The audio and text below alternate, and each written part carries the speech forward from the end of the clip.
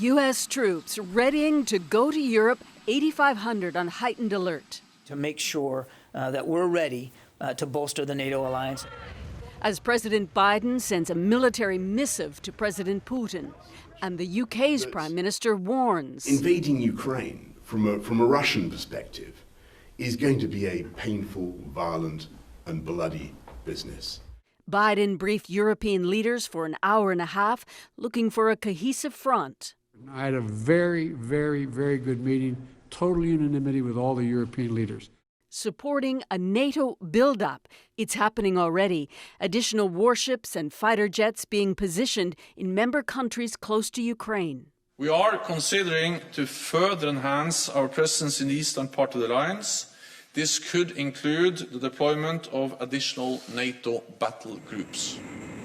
U.S. military assistance arriving in Kyiv over the weekend, with more on the way. Diplomats' families from the U.S. and UK embassies are leaving Kyiv.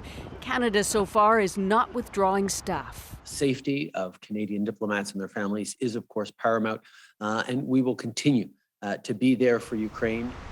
The Kremlin accuses the West of hysteria, elevating the risks.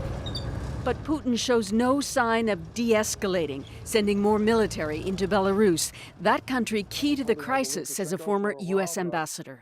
I think from the Russian standpoint, certainly from the Kremlin standpoint, the worst of all possible worlds would be if Belarus and Ukraine both went westward and left Russia behind.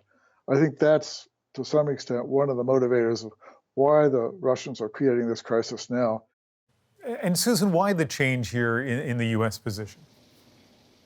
Well, clearly not convinced of a diplomatic success here, or that these sanctions threatened would deter Putin at this stage. And thirdly, Ian, political concerns that Biden would look weak without some active military option here. And he was briefed on those options this weekend. If the U.S. troops go, they'll be mostly called up under a NATO-led mission and to neighboring countries, not inside Ukraine.